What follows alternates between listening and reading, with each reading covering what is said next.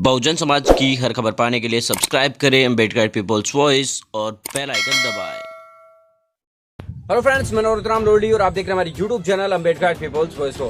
दरअसल आपको बता दें कि उत्तर प्रदेश के अंदर लोकसभा के आम चुनाव संपन्न होने के बाद कुछ सीटों के जो विधायक थे वो सांसद बन गए और सांसद बनने के बाद वो सीटें खाली हो चुकी है और एक सीट बीजेपी का जो विधायक था वो कांग्रेस में चला गया है और एक व्यक्ति को सुप्रीम कोर्ट ने उस अयोग्य घोषित कर दिया है। तो कुल मिलाकर 13 जो सीटें हैं उनके ऊपर उपचुनाव होने हैं। बसपा सुप्रीमो मायावती हो, अखिलेश यादव हो या योगी आदित्यनाथ, तीनों के लिए ये आम चुनाव काफी ज्यादा दिलचस्प है, क्योंकि आपको पता है 2022 के अंदर उत्तर प्रदेश के अंदर विधानसभा के जो आम चुनाव है वो होने हैं और उससे पहले इस उपचुनाव के अंदर अगर पार्टी कोई भी हो, चाहे उसे झटका लगता है तो कहीं ना कहीं उसकी प्रतिष्ठा पर सवाल खड़े होते हैं। खास तौर से समाजवादी पार्टी, बहुजन समाज पार्टी और बीजेपी तीनों के लिए ही ये प्रतिष्ठा के सवाल बने हुए हैं, नाक की सवाल ये बन चुके हैं। आपको बता दें कि किस तरीके से भारतीय जनता पार्टी हाल ही के अंदर उत्तर प्रदेश के अंदर एक बड़ी मेजोरिटी के साथ लोकसभा के जो आम चुनाव थे उसके अंदर जीत कर आई है। यहाँ से 64 सीटें उनकी पार्टी ने जीती है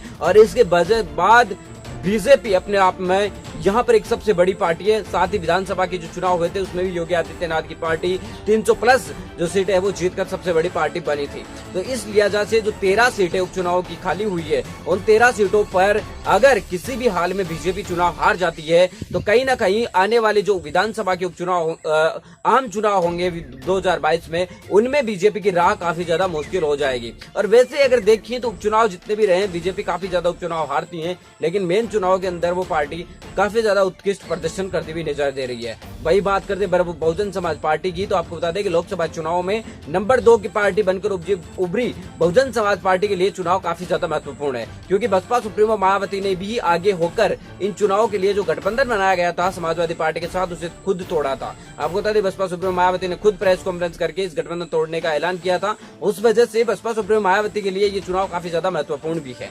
साथ ही उन्होंने अपने भाई और भतीजे दोनों को उपचुनाव से पहले जिम्मेदारी दी है। इस लिहाजा से अगर पार्टी किसी भी प्रकार से कमजोर प्रदर्शन करती है तो उनके भाई और भतीजे दोनों के पर जो सवाल निशानियां खड़े होते हैं वो एक बार फिर उन पर मोहर लग जाएगी। इसलिए किसी भी हाल में बसपा सुप्रीमो मायावती को कुछ भी करके किसी भी हालत में अपनी पार्टी की साख बचाने के लिए अपने भाई और भतीजे को जो जिम्मेदारी दी गई है उस पर भी मोहर पुख्ता लगाने के लिए उन्हें किसी भी हालत में ये उपचुनाव जीतने काफी ज्यादा महत्वपूर्ण है।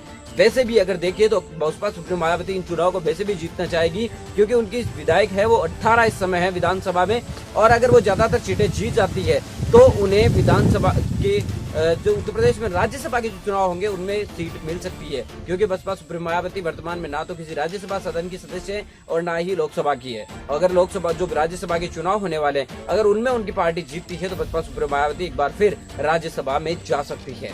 इसी लिहाजा अगर बात करें अखिलेश यादव की, तो अखिलेश यादव के लिए भी काफी ज्यादा महत्वपूर्ण ये विधानसभा के है वो चुनाव होने जा रहे हैं। इसके कारण एक ये भी है कि गठबंधन तोड़ने के बाद अखिलेश यादव पूरी तरीके से निष्क्रिय नजर आ रहे हैं। अखिलेश यादव मात्र 3 दिन लोकसभा में गए, उसके बाद वो विदेश दौरे पर चले गए और अब तक करीब उनको 18 के दिन हो चुके हैं, लेकिन उसके बावजूद भी अखिलेश यादव जो विदेश दौरे पर गए हैं उसके बाद पार्टी के अंदर किसी भी प्रकार की कोई भी गतिविधि नहीं है। वैसे भी अखिलेश यादव को साथ देने के लिए उनकी पार्टी सांसदों की जो उम्र है वो उनको काफी ज्यादा तकलीफ में दे रही है, क्योंकि मुलायम सिंह यादव लगातार बीमार चल रहे हैं और उन्हें खुद आईसीयू और अन्य जगह जगह हॉस्पिटल में भर्ती करवाया जा रहा है। वही बात करें संभल से सांसद सफीकुल रहमान बर्क की, तो वो भी काफी ज्यादा उम्रदराज है, इस वजह से वो भी पार्टी में ज्यादातर सक्रिय नहीं रह पाते।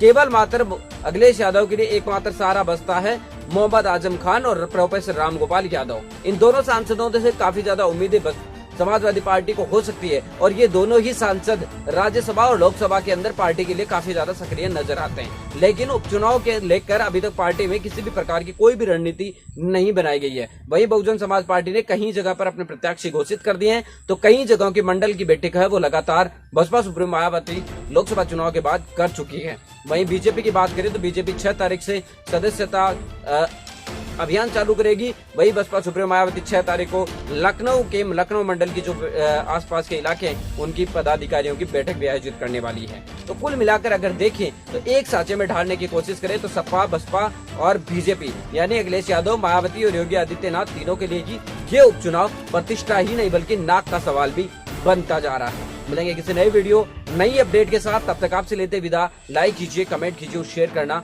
बिल्कुल ना भूलें। अगर आपको ये चैनल पसंद आया हो तो चैनल को सब्सक्राइब कर लीजिए और बेल आइकन को दबाना बिल्कुल भी ना भूलें।